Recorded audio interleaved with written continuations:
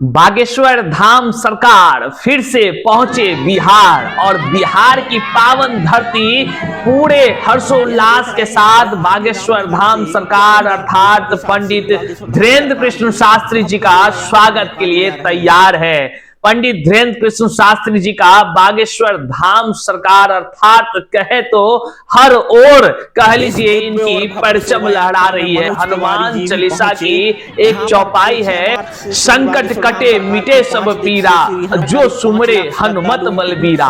एकदम इस चौपाई की पंक्ति चरितार्थ होती हुई हर समय नजर आती है। बिहार और बिहार की पावन धरती फिर से पंडित धीरेन्द्र कृष्ण शास्त्री जी के स्वागत में हर्षोल्लास के साथ पूर्ण रूप से तैयार हो चुकी है। और आज की इस वीडियो में हम एक एक चीज से आपको रूबरू करा रहे हैं। आप यहां स्क्रीन पर भी देख रहे हैं किस प्रकार से हनुमंत कथा जो होनी है बिहार के गोपालगंज के रामनगर गांव में, वहां क्या कुछ व्यवस्था है, किस प्रकार से पूरी तैयारी कर ली गई है। और आज भव्य कलश यात्रा भी निकाली गई है, उसमें क्या कुछ है, हर चीज को बारी बारी से आप यहां देख रहे हैं। क्या सुरक्षा व्यवस्था है, किस प्रकार से क्या आयोजन होनी है, कब दिव्य दरबार लगनी है, इन तमाम चीजों का हम एक एक कर आपको दिखाने का प्रयास करते हैं। जितने भी बागेश्वर धाम सरकार, जितने भी लोग धीरेन्द्र कृष्ण शास्त्री जी को चाहते हैं, इस वीडियो को जन जन तक शेयर करिए और जय बागेश्वर धाम सरकार एक बार कमेंट में जरूर लिखिएगा। बालाजी की प्रतिमा भी पहुंच चुकी है। अब बिहार के रामनगर गांव जो गोपालगंज में पड़ता है, आइए आप यहां स्क्रीन पर सबसे पहले देखिए किस प्रकार से पूरी तरह से तैयारी कर ली गई है। जहां पर आपको हनुमंत कथा होनी है, पंडित धीरेन्द्र कृष्ण शास्त्री जी का चर्चा अगर आप करना शुरू करते हैं तो उसका चर्चा अंत नहीं होता है। जितने लोग इनके विषय में एक भी शब्द अगर सुनते हैं कि बागेश्वर धाम सरकार, हर लोगों के पटल पर वह बातें छा जाती है। जिस प्रकार से बिहार में इससे पहले पंडित धीरेन्द्र कृष्ण शास्त्री जी पहुंचे थे और भक्तों का इतना भीड़ लगा था, इतना भीड़ लगा था, उसके प्रत्यक्षदर्शी तो हम भी रहे हैं। और जो श्री राम जानकी मठ राजनगर थाना भोरे पड़ता है, जो गोपालगंज बिहार का कह लीजिए कि एक प्रमुख केंद्र अभी चर्चा का विषय बन गया है। और यह है पंडित धीरेन्द्र कृष्ण शास्त्री जी अर्थात बागेश्वर धाम सरकार के आगमन का। चलिए आप यहां देखिए किस प्रकार से शोभा यात्रा अर्थात कलश यात्रा निकाली गई है। इसमें व्यापक पैमाने पर 51,000 कलश के माध्यम से तमाम भक्त शोभा यात्रा में शामिल हुए हैं।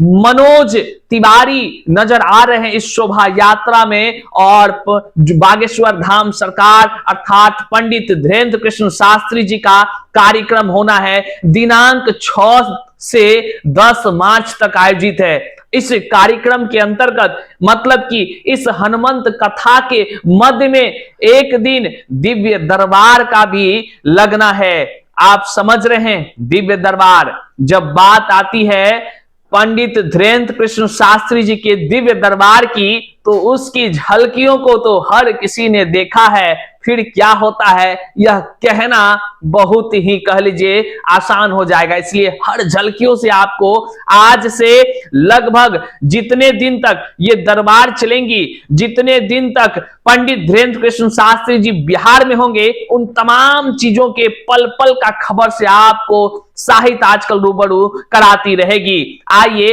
अब हम आपको बताते हैं बागेश्वर धाम से बालाजी की प्रतिमा पहुंच चुकी है रामनगर और भव्य स्वागत हुई है।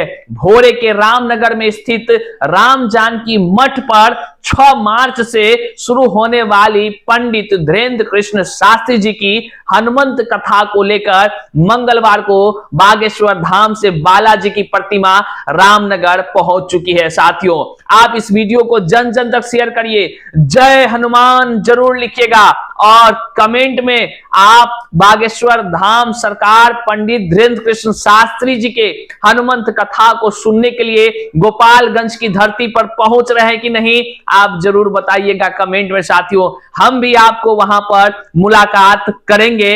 और राम जानकी मठ परिसर में रखी गई है बालाजी की प्रतिमा, आपको हम बताते चलें। स्क्रीन पर आप यहां देख सकते हैं किस तरह से भव्य तैयारी की गई है, ताकि आप याद होगा पटना में जब पंडित धीरेन्द्र कृष्ण शास्त्री जी पहुंचे थे और वहां पर अपना कथा वाचन कर रहे थे, हम आपको लाइव दिखाए थे किस प्रकार से भक्तों का जन सैलाब उमड़ा था, किस प्रकार से लोग श्रद्धा भाव से वहां कथा सुन रहे थे।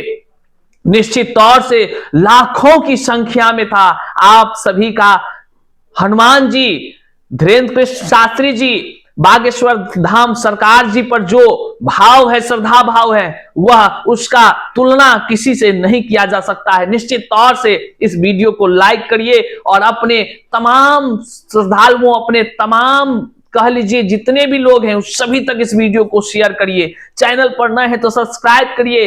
पल पल की खबर से आपको हम रूबरू कराएंगे। सबसे खास बात हो जाती है सुरक्षा व्यवस्था का, तो जहां बागेश्वर धाम सरकार पहुंच गए बिहार, तो सुरक्षा व्यवस्था में भला कोई कमी होगी? आपको बताते चलें 60 एकड़ जमीन में पंडाल बनी है। रामनगर मठ के महंत हेमकांत शरण देवाचार्य ने बताया कि कार्यक्रम को लेकर मठ के समीप की करीब 60 एकड़ जमीन में पंडाल बनाने में मेरठ से आए कारीगर अब पंडाल का अंतिम रूप देने के लिए कह लीजिए काम कर रहे हैं। अब पंडित धीरेन्द्र कृष्ण शास्त्री जी और उनकी पूरी टीम के ठहरने का इंतजाम भी मठ परिसर में किया गया है। आधुनिक गेस्ट हाउस तैयार की गई है और सुरक्षा व्यवस्था में 2500 से ज्यादा पुलिसकर्मी तैनात हैं। आपको पता होगा जब बागेश्वर धाम सरकार अर्थात पंडित